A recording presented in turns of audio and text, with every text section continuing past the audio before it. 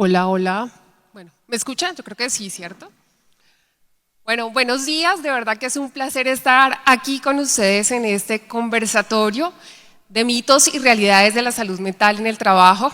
Y es que justamente la salud mental en el trabajo ahora cobró un papel sumamente importante después de la pandemia y se convirtió en un reto para las organizaciones, de la misma manera respecto a su productividad, pero también para el bienestar de los trabajadores y en ese sentido también para la implementación de las políticas públicas desde los entes territoriales.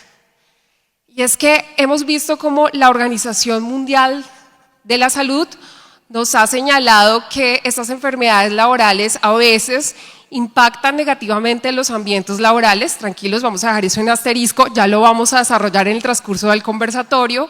A veces también aumentan el riesgo de accidentalidad y todo esto conlleva a que la salud mental en el trabajo a veces se convierta en un estigma. Y es que a raíz de esta estigmatización es que los trabajadores no dicen absolutamente nada sobre su salud mental en el trabajo, se quedan en silencio, no levantan la mano y tampoco piden ayuda. Razones que a veces desencadenan consecuencias fatales que las organizaciones no quieren que esto ocurra. Entonces, para entrar en materia con nuestros expertos que nos acompañan en este conversatorio, vamos a empezar por un mito, y es que justamente cuando muchos de nosotros hemos participado en procesos de vacantes laborales que nos interesan, a veces en ese proceso de selección nos descartan y muchas veces pensamos que en algún momento de la vida todos hemos tenido síntomas, no necesariamente diagnosticados, pero también a veces hemos tenido esos trastornos mentales. Entonces, a partir de allí vamos a empezar con Jimena Rey, que es la CEO de Raíz Humana, y con la doctora Nora Londoño, preguntándoles de qué manera las organizaciones derrotan este estigma de la salud mental en las empresas, y vamos también a hablar con la doctora Ángela Nao, que es la psicóloga del Instituto del Sistema Nervioso del Risaralda, con la doctora María Elcira Roballo, que es la coordinadora de salud mental del departamento del Risaralda, y el doctor Rafael Alarcón, que es un psiquiatra del Instituto del Sistema Nervioso del Risaralda, quienes nos van a ayudar a tratar de entender definitivamente cómo las organizaciones tienen que evaluar el talento humano, no solo desde el conocimiento, sino desde ese ser humano integral. Doctora Jimena Rey, empecemos entonces. ¿Cómo derrotamos ese estigma de las organizaciones? Bueno, buenas tardes ya para todos. A ver, yo creo que en estos procesos de selección, tal vez lo más importante a tener en cuenta es qué tanto las organizaciones están listas y preparadas para tener personas, digamos, que de alguna manera han tenido o tienen una patología o alguna enfermedad, digamos, de carácter mental. Yo creo que ahí hay varias cosas. Lo primero es, en los equipos de selección deben existir políticas muy claras frente a los temas de reclutamiento y cómo estamos llevando a cabo nosotros esos procesos de selección. Creo que si bien nosotros no somos expertos, porque los equipos de selección probablemente no tienen los conocimientos necesarios, sí debe haber una integralidad muy importante con la parte de medicina laboral de la misma organización. Creo que hoy en día hablamos en todas las organizaciones de ser empresas muy inclusivas, ¿cierto? Pero ¿hasta dónde realmente eso es lo que estamos viviendo en las compañías? Entonces, creería yo que cuando nosotros, para desmitificar todo este tema de salud mental en las organizaciones, lo primero que hay que hacer es hablar del tema claramente, es darle a la organización, y nosotros desde nuestro rol de gerentes de gestión humana o de estar en las áreas de gestión humana, debemos hacer todo para que realmente esto deje de ser un mito y se hable normalmente del tema de la salud mental, es decir, desde los procesos que nosotros estamos liderando, cómo nosotros capacitamos, cómo nosotros ponemos el tema sobre la mesa, cómo somos nosotros los que realmente estamos acompañando a que las organizaciones dejen de ver el tema de la salud mental como un mito y se vuelva una realidad que hoy estamos viviendo y que en muchas organizaciones sigue siendo un tema absolutamente confidencial. Entonces creo que capacitando, entrenando, acompañando desde el rol de gestión humana vamos a lograr que esto pase y sea realmente un tema muy normalizado en las empresas. Bueno, buenas tardes para todos. Complementando este mensaje que nos deja Jimena, yo pienso que efectivamente los primeros que necesitamos trabajar en el mito somos las áreas de talento, ¿cierto? Nosotros estamos más preocupados por el ausentismo, obviamente la incapacidad, la gestión de la prestación económica con los aseguradores, y eso nos aleja un poco de esta realidad. Entonces, en línea con eso, necesitamos abrir nuestra mente. Además, pospandemia, pues nos vamos a quedar sin candidatos porque estamos ante una realidad y la incidencia está siendo cada vez mayor. Es importante tener presente que no es necesario mencionar la situación de salud mental en la entrevista. Y no podemos preguntarlo, ¿sí? Es muy importante tener eso claro. Sí debe reportarse en el examen médico de ingreso, pero no debería ser un requisito y una conversación que se ponga en la entrevista de selección.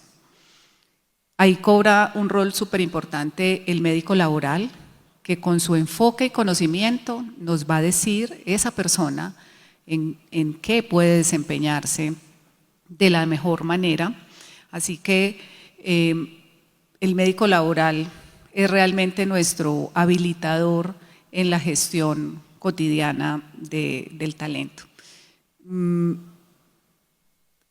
Entender integralmente los colaboradores es fundamental. Si nosotros seguimos viendo nuestros colaboradores solo como personas que vienen a trabajar y que nos entregan una productividad, va a ser muy difícil que podamos conversar abiertamente y recibir abiertamente las distintas situaciones de salud que se están presentando hoy en el país, en el departamento y por supuesto en los distintos municipios. Doctora Laura, muchas gracias, la líder de talento humano de Celema.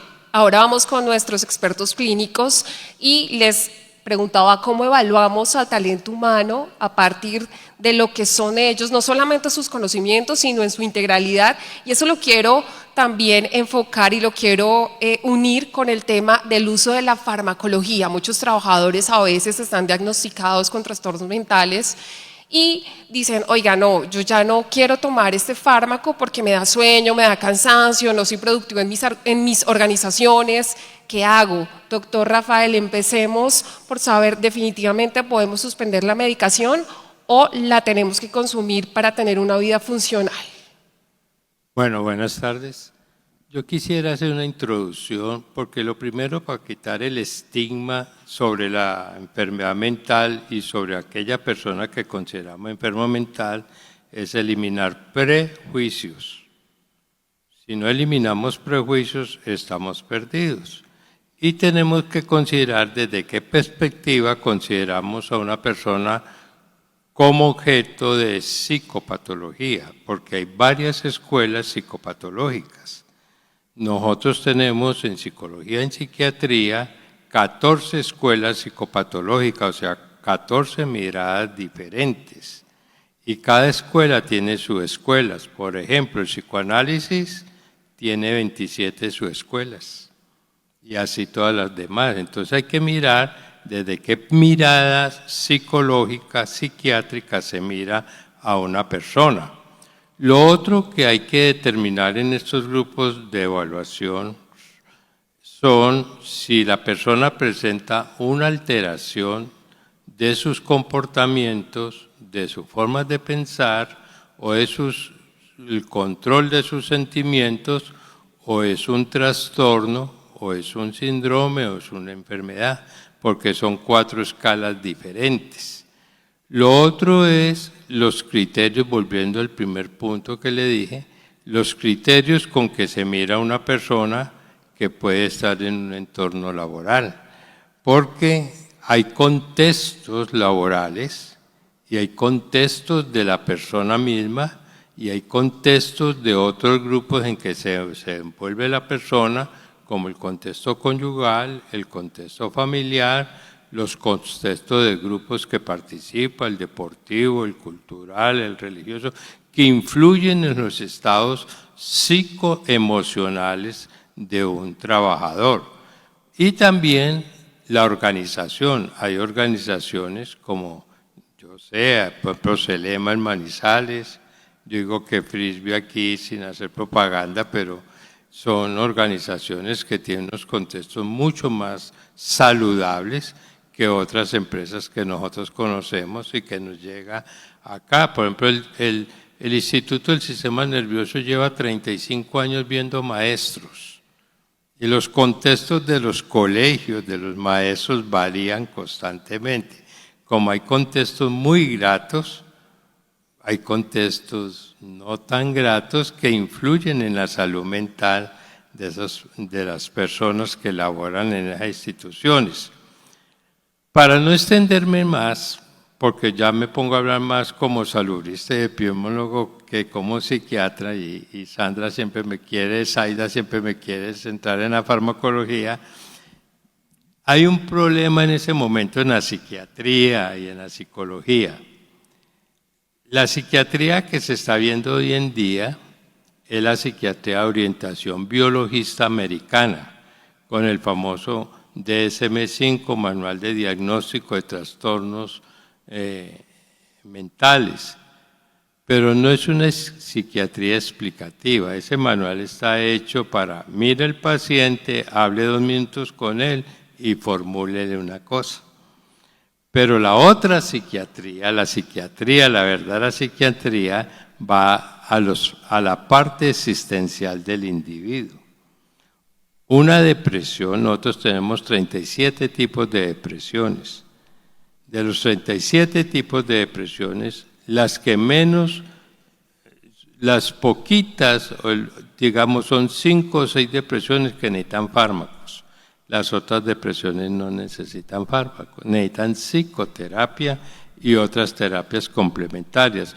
Las depresiones existenciales, si a mí me abandona la mujer que yo amo, ¿qué medicamento me va a aliviar ese dolor? Sí, necesito algo más. Yo les decía anoche, preparando esta charla, me permita que yo molesto mucho a los psiquiatras, a mis colegas biologistas y a los neurólogos, porque yo digo, necesito que me ubiquen en el cerebro el centro de la envidia y que me den un medicamento para la envidia, porque yo les decía por molestarlos, yo le tengo envidia a Cristiano Ronaldo. Tipo pintoso, fornido, atleta, yo gordo, feíto, fofo, tipo millonario, yo apenas vivo con el salario mínimo, el tipo con un buen carro, yo ando en un G. Willis que tengo parqueado aquí al frente, entonces ¿cómo no le va a tener envidia? Entonces le digo, ubíqueme en el centro de la envidia y deme una pepa.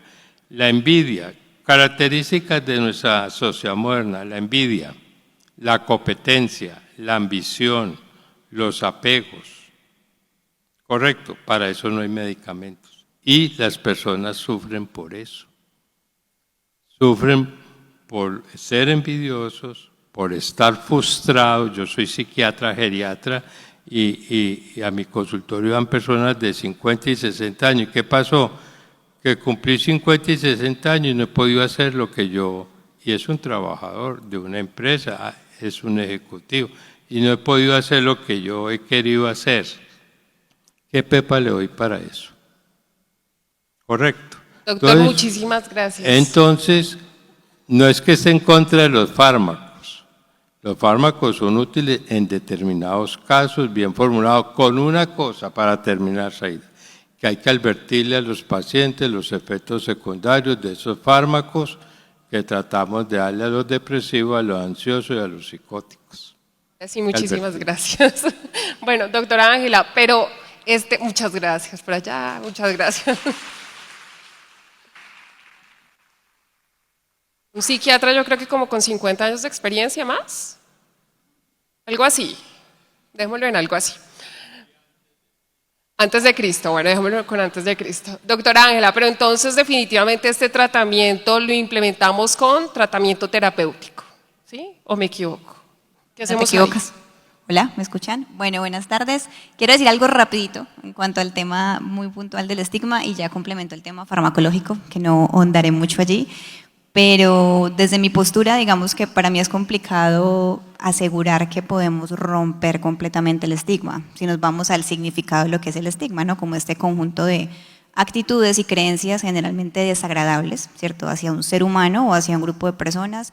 Y esto hace parte de la subjetividad, una cosa que es parte de la condición humana, entonces siempre siento que va a existir un estigma de muchas cosas, pero sí creo que se puede realizar como una reducción de la intensidad de ese estigma y poder vincularnos diferente con ciertas cosas. Digamos que en el tema que estamos hablando de la salud mental dentro de un entorno laboral, yo creo que una parte importante desde las empresas es poder como sensibilizarse un poquito más, no solamente desde charlas generales de salud mental, de diagnósticos, sino también desde la naturaleza humana, ¿no? De cómo naturalmente, valga la redundancia, experimentamos cambios emocionales, cambios cognitivos, comportamentales y que eso no necesariamente nos etiqueta, ¿sí?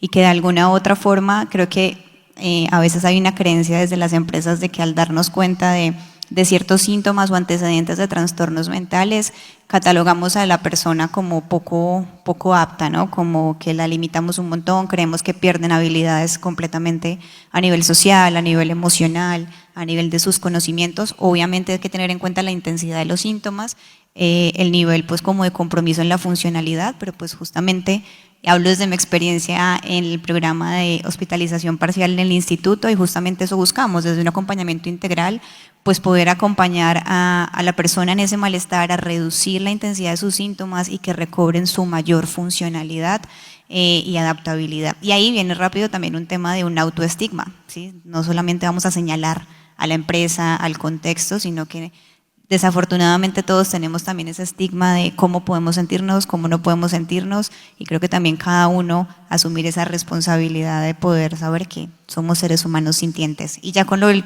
farmacológico rápidamente, yo soy partidaria, afortunadamente he trabajado con psiquiatras en su momento, por allá en mis prácticas, con el doctor Alarcón, ahorita con la doctora Ingrid, son afortunadamente psiquiatras porque hay muchos enfoques y maneras de abordar que son muy partidarios de la psicoterapia. Entonces, cuando ellos tienen un trabajo muy responsable con el tema de los medicamentos, creen mucho en la terapia, entonces que ahí vienen muchas barreras, pero yo creo que si el ser humano tiene la posibilidad de tener una atención oportuna y de calidad y dedicarle el tiempo necesario a una psicoterapia, probablemente se pueda reducir en momentos el uso de un tratamiento farmacológico. Muchas veces, desafortunadamente, el profesional y hasta uno mismo, por el cúmulo ya de la intensidad de los síntomas, pues ante la inmediatez, el medicamento, no es que esté mal, ¿cierto? Pero a veces nos quedamos netamente en lo químico y el tratamiento psicoterapéutico naturalmente es muy, muy importante. No solo porque sea psicóloga, sino porque es una realidad. Y bueno, ese es mi punto de vista, Zaida.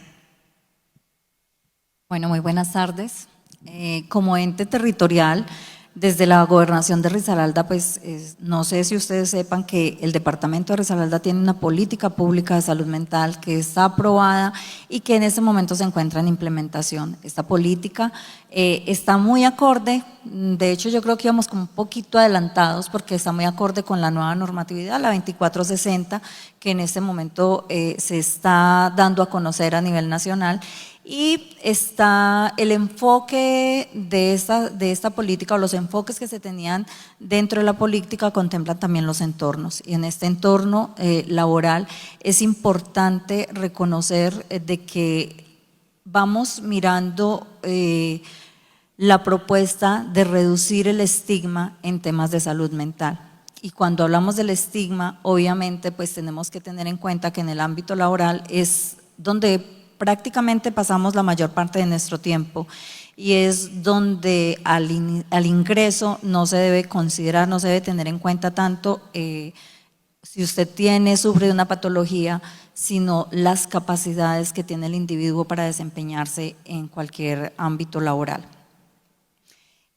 En cuanto al tema el tema farmacológico, obviamente es necesario para algunas patologías, pero totalmente de acuerdo con los profesionales que se puede ingresar desde psicología y de hecho la normatividad nueva nos indica que hay una puerta abierta ya para ingresar al sistema por temas de psicología sin necesidad de llegar a médico general. Entonces, es bueno que nos conozcamos un poco más acerca de la normatividad que está rigiendo los temas de salud mental y obviamente desde nuestro programa y desde el departamento de Risaralda estamos realizando programas y tenemos estrategias que estamos prestas a compartir con las empresas para desarrollar. Tenemos en este momento una escuela de emociones que estamos a puertas de implementar con PSP y obviamente estamos dispuestos a trabajarlas también con las diferentes entidades para el reconocimiento y el trámite de esas emociones. Muchas gracias, doctora Nora. ¿Qué pasa? ¿Cómo piensan las organizaciones respecto a la farmacología de sus trabajadores? Van allá a tu oficina y te dicen, doctora, tengo que consumir un medicamento, tengo sueño, lo dejo de consumir, ¿qué hago? ¿Ustedes cómo abordan ese tema? Bueno, en el mundo empresarial, pues siempre está la productividad riñendo con lo humano, desafortunadamente, pero no deben reñir. Los fármacos son necesarios, por supuesto que sí, bienvenidos. De hecho, hemos conversado de entre más pronto inicien los tratamientos, pues mucho más fácil, más rápido vamos a tener como ese resultado. Sin embargo, definitivamente las organizaciones tenemos que ser los entornos que complementan esa realidad, ¿cierto? Entonces es la farmacología, la psicoterapia, pero el trabajo como parte de la vida de un ser humano tiene que complementar esa situación y desafortunadamente ese es el reto que todos los que estamos aquí sentados tenemos. Fundamental y quiero que se queden como con dos mensajes. Uno, el trabajo del liderazgo al interior de las compañías es fundamental, porque lamentablemente los líderes, y lo mencionaba el doctor Jorge Iván esta mañana en la apertura, hay que admitirlo, son uno de los mayores estresores de los colaboradores. El miedo a perder el trabajo, el miedo a equivocarse, el temor en hablar abiertamente de sus situaciones personales, hacen que no seamos esos entornos seguros y saludables para las personas. Y segundo, necesitamos reenfocar nuestros programas de bienestar. Lo conversábamos también anoche y es que a veces nos quejamos de que no hay presupuestos, pero a lo mejor nuestros colaboradores necesitan tal vez un poco más de acompañamiento psicológico para que les ayuden a tramitar estas situaciones que se presentan en su cotidianidad. Y no, decías, ahí meto la cuchara, tú nos decías invertir menos dinero en las fiestas de diciembre y más en terapeutas, ¿sí? Sí, yo pienso que nuestros colaboradores, o sea, tenemos que salirnos de esas tradicionales fiestas de Navidad, son muy chéveres, pero realmente ¿cuál es el impacto que nos está generando si tenemos un colaborador durante el resto del año con una cantidad de situaciones? Entonces, ¿cómo optimizamos nuestros presupuestos y le entregamos a la gente lo que realmente están necesitando en este momento? Entonces, liderazgo y creatividad en el tema de bienestar que sea mucho más integral y acompañe mucho más el momento que nuestros colaboradores están viviendo en su día a día. Desde Raíz Humana, ¿cómo tratamos? Aquí me están haciendo caritas. ¿Cómo hacemos? ¿Qué hacemos con los fármacos de nuestros trabajadores? Con la farmacología. No, yo creo que, y estoy de acuerdo, digamos, en el tema de si se deben tomar o no los medicamentos, que lo hablábamos también anoche, por supuesto, o sea, al final es un médico el que está recetando ese medicamento y es el tratamiento que el colaborador debe seguir. Yo insisto mucho y estoy de acuerdo con la posición de Nora en el tema del liderazgo y de cómo trabajar ese liderazgo en las organizaciones y hacer que realmente estos líderes que nosotros tenemos desde la cercanía que cualquier líder debe tener con su colaborador, se logren generar esos espacios en donde yo me estoy sintiendo de esta manera y se lo puedo contar a mi líder, ¿cierto? Las áreas de gestión humana tienen un rol importantísimo y creo que acá tal vez es el mensaje que nos debemos llevar y es cuál es ese rol de nosotros en todo este tema de salud mental. ¿Cómo debemos ser nosotros? Lo hablaban en una conferencia ahorita y me encantó cuando decíamos nosotros tenemos que ser valientes. Y ser valientes es poder proponer cosas como, por ejemplo, yo trabajé en varias organizaciones y en la última donde estuve nosotros teníamos un comité cada 2 meses con el presidente de la compañía a donde llevábamos los casos de la línea del buen trato, y esos casos de la línea del buen trato estaban muy relacionados con temas de liderazgo y poníamos sobre la mesa líderes que podían llevar muchos años en la organización, pero que eran generadores de temas de salud mental en su gente y en sus equipos. Entonces, desde ahí creo que tiene que cambiar ese rol de las áreas de gestión humana y en proponer. Yo no estoy tan de acuerdo con que acabemos la fiesta de fin de año, tengo que decirlo. ¿Cómo así? Porque creo que es un espacio súper valioso en muchas organizaciones de reunión, de cercanía, de poderse sentar el auxiliar de la farmacia con el presidente. O sea, pasan cosas que son muy importantes dentro de una cultura, claro. Tenemos que tener la creatividad suficiente y ahí vuelve ese rol preponderante de las áreas de gestión humana. Nosotros desde Raíz Humana los podemos acompañar en crear esos espacios y esas experiencias, porque hoy ya no hablamos de áreas de bienestar, hablamos de áreas de experiencia al colaborador, donde lo que nosotros estamos generándole a nuestra gente en las empresas es eso, experiencias que generan ese engagement, que generan ese sentido de pertenencia, que a pesar de decir que es que ya la gente no quiere trabajar sino un año o 6 meses, eso tampoco es tan así, porque también hemos visto que cuando tú trabajas temas de experiencia, temas de marca empleadora, cuando le das importancia a la gente realmente y eres una organización centrada en las personas, vas a lograr que esas personas se queden en la organización y digan, no me voy a ganarme 100,000 pesos más porque aquí tengo un jefe, tengo un líder que es cercano y tengo un área de gestión humana que realmente se preocupa por mí. Además, la fiesta de fin de año es salud mental. La fiesta de fin de año es salud mental. De acuerdo, de acuerdo. Es súper importante, por ejemplo, que nosotros desde las áreas de, o sea, tenemos unas políticas de salud mental, no sé, les pregunto a ustedes si en sus organizaciones ya existen esas políticas de salud mental. Como que, por ejemplo, se fue de vacaciones la doctora Nora y a la doctora Nora le desconectaron su usuario.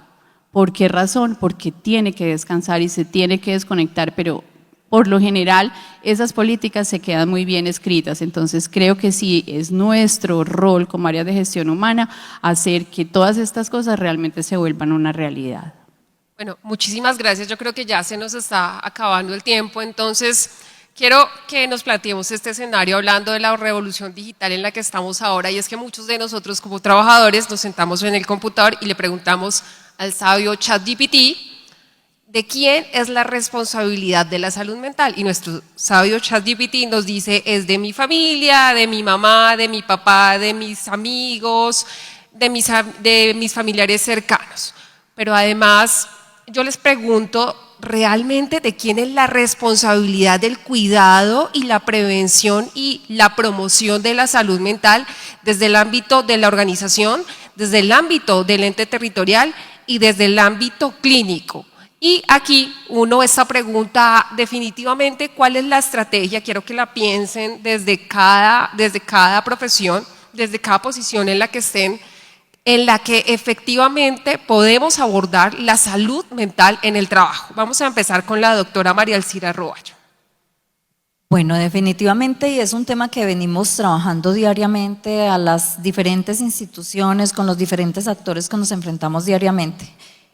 Si la salud mental se ha convertido en una moda, porque de hecho de manera muy jocosa todos los días hablamos de que tú me estás afectando la salud mental, de que bueno, cualquier cosa, y lo convertimos en un tema jocoso. Entonces realmente conozcamos qué es la salud mental, cómo me afecta la salud mental y cómo puedo aportar a ese tema de la salud mental. En ese orden de ideas, la salud mental es una responsabilidad de cada uno de las personas que vivimos en este planeta. Porque cuando yo asumo esa responsabilidad de la salud mental, puedo aportar, puedo ser feliz y puedo aportar a que el otro pueda tener también una buena salud mental. Y es como el llamado desde cada uno de lo que el aporte que se puede hacer. Y vuelvo y les insisto, desde el departamento de Risaralda tenemos muchos procesos, muchas estrategias que podemos apoyar a las instituciones, a las empresas, y estamos con las puertas abiertas para poderlos apoyar. Tenemos primeros auxilios psicológicos, tenemos gestores en salud mental, tenemos rehabilitación basada en comunidad desde la salud mental.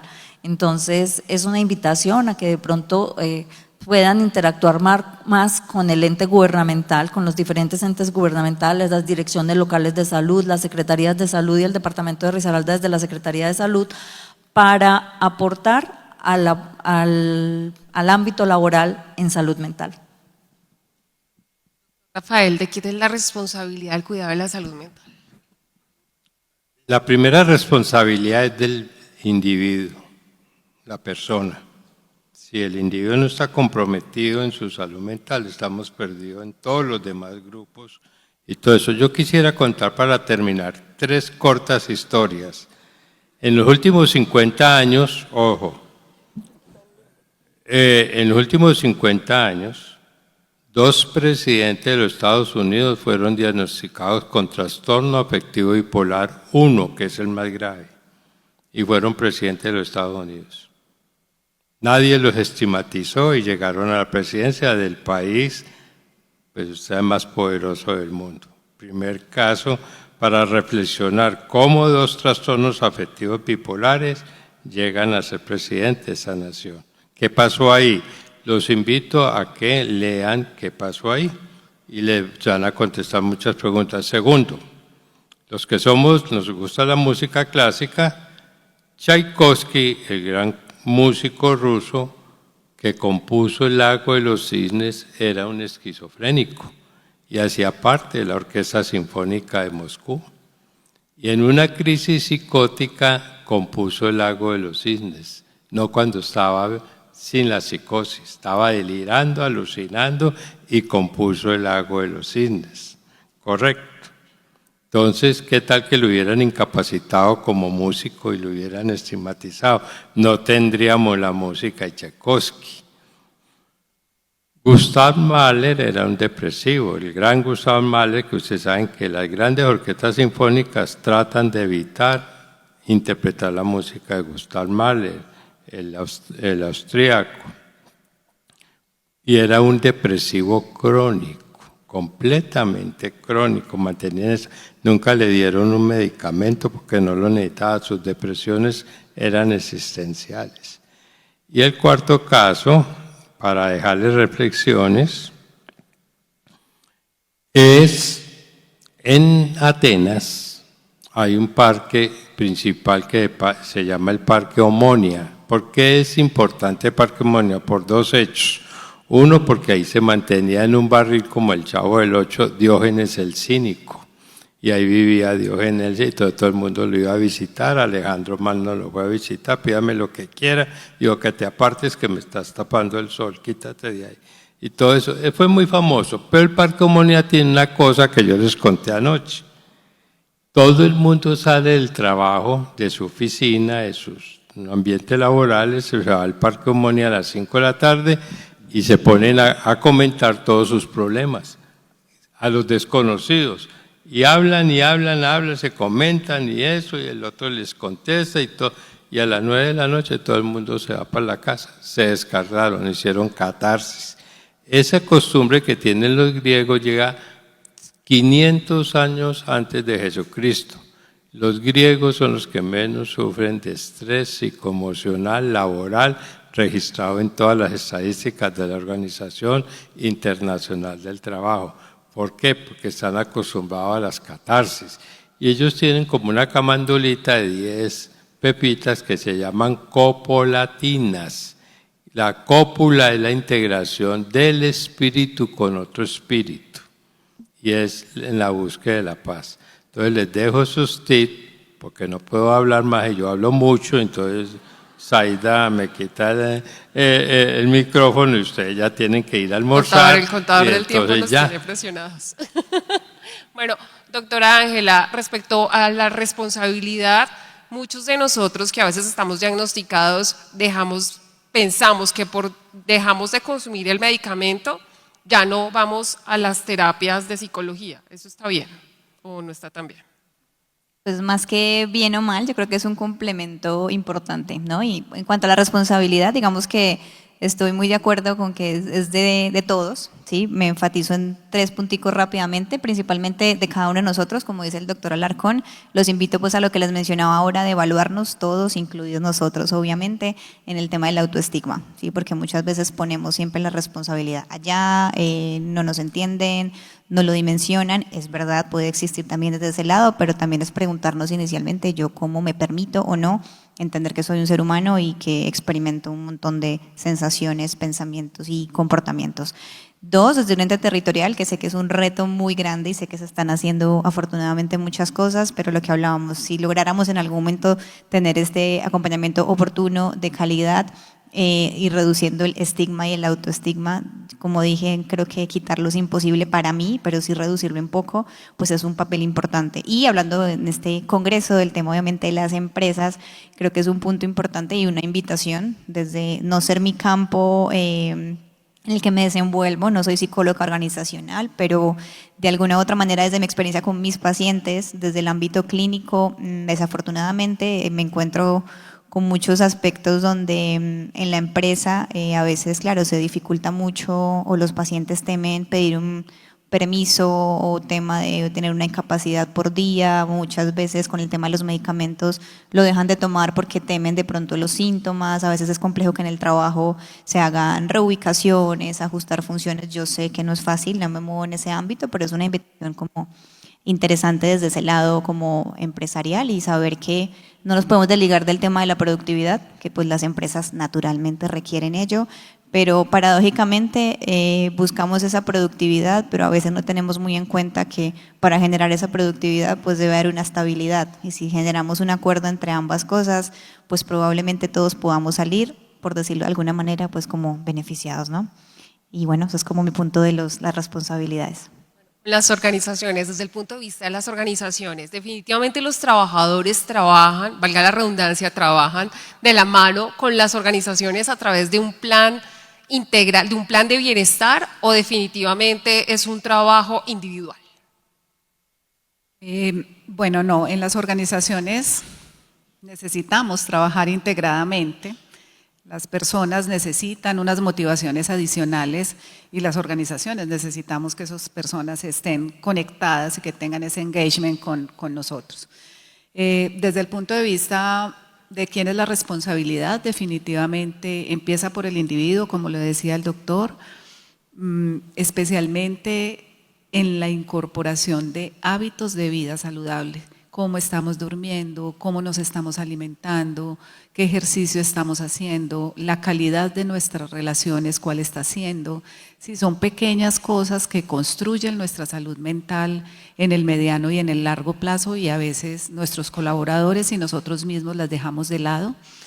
Y respecto a las organizaciones, yo pienso que las gestiones humanas, realmente necesitamos generar confianza, necesitamos ser áreas cálidas, cercanas, donde las personas realmente tengan la posibilidad de venir a contar y solicitar el apoyo, alzar la mano. Somos las obligadas, como lo mencionaba ahorita Jimena, a abrir conversaciones de liderazgo, de salud mental y de subir a los niveles estratégicos de la compañía los distintos temas que están aquejando a nuestros colaboradores. Y lo siguiente tiene que ver con qué tanto conocemos a nuestros equipos de trabajo. Hacemos miles de encuestas, riesgo psicosocial, perfil demográfico con las cajas de compensación, clima, cultura, eso hacemos todas las encuestas, pero nos quedamos con el dato genérico. Y cuando uno entra a profundizar en la data, que ahorita una de nuestras conferencias nos invitaba a eso, descubre un montonón de posibilidades donde puede personalizar la experiencia e ir de manera más determinada a apoyar a los colaboradores que tal vez lo están necesitando. Para mí, creo que en ese nivel, sin dejar de lado el liderazgo, estaría el abordaje y la integración del bienestar con las personas. Perfecto, doctora Nora. Doctora Jimena, ya para cerrar, que nos quedan un minutico, definitivamente las organizaciones necesitan un acompañamiento de expertos en salud mental. Y por supuesto, yo creo que ese rol que siempre hemos tenido de las áreas de seguridad y salud en el trabajo y de ese médico laboral un poco ajeno a la realidad y al día a día, hoy cobra vital importancia. Creo que, y de mi experiencia, digamos, en alguna organización tuvimos un programa muy lindo que se llamaba SOS, en donde teníamos una psicóloga clínica dentro del equipo de gestión humana que estaba en una oficina y las personas podían acudir allí a la vista de todo el mundo, ¿no? Porque yo insisto mucho, el tema de seguir manejando esto como un tema tan confidencial, pues va a hacer que este mito de la salud humana, de la salud mental, perdón, siga siendo un mito. Entonces, cuando logremos normalizar todo esto, por supuesto, creo que ese mito pues va a desaparecer y el acompañamiento de los profesionales en todo el tema de salud mental, para mí es absolutamente necesario para lograr que realmente nuestras personas se sientan con la tranquilidad de poder expresar, me estoy sintiendo de esta manera y en esta organización se preocupan realmente por mí. Perfecto, muchísimas gracias a todos los expertos que nos acompañaron en este conversatorio y definitivamente hay que aprender a normalizar el hablar sobre salud mental en el trabajo. Sofía, no sé si tenemos alguna pregunta, podemos tener ronda de preguntas. Así es, Aida, vamos a pedirle el favor a nuestro público, eso, que nos ayude levantando la mano, por acá ya tenemos una primera participante, ya les vamos a entregar el micrófono, intentemos ser muy concisos en nuestra inquietud. Muchas gracias.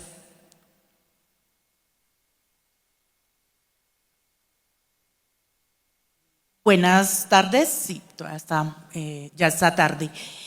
Tengo dos preguntas. ¿Qué pasa con el trabajador y el tabú que aún existe cuando hay una condición mental?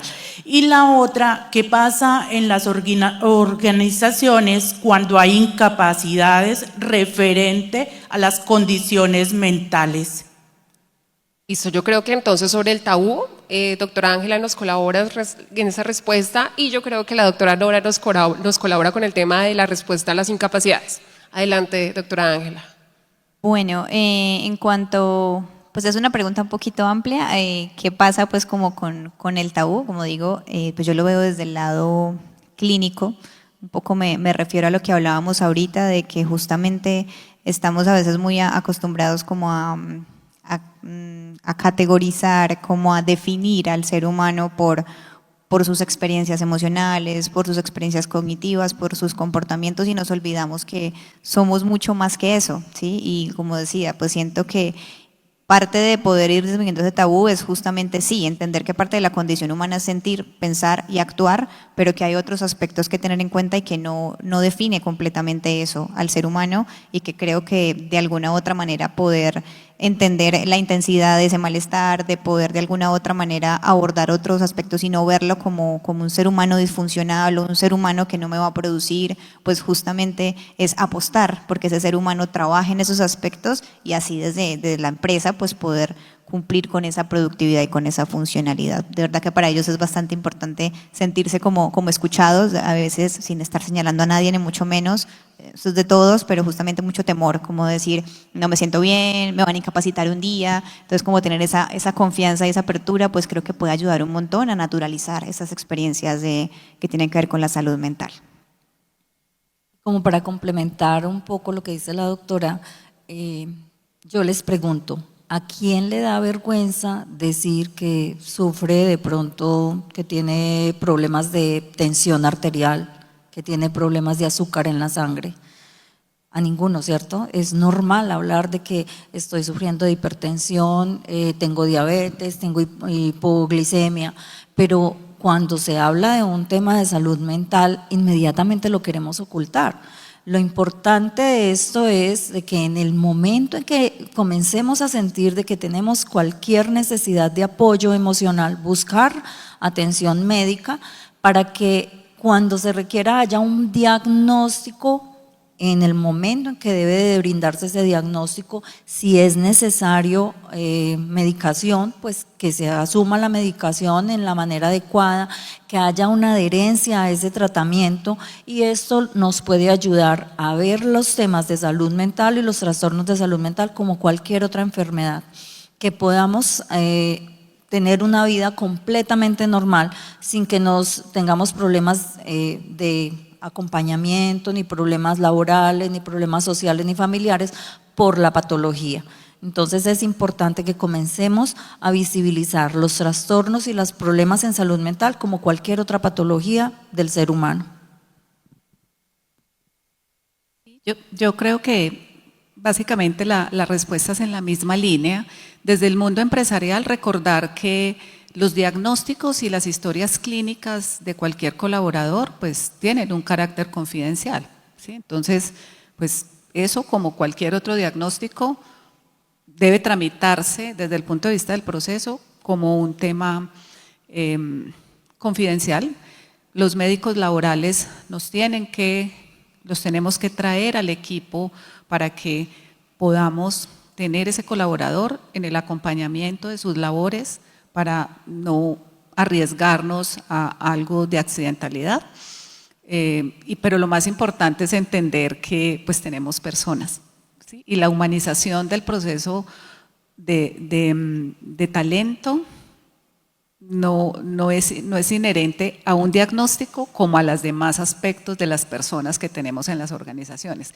Debemos dejar de pensar que las personas en la organización son máquinas, ¿sí? Porque estamos remontándonos a la era pasada.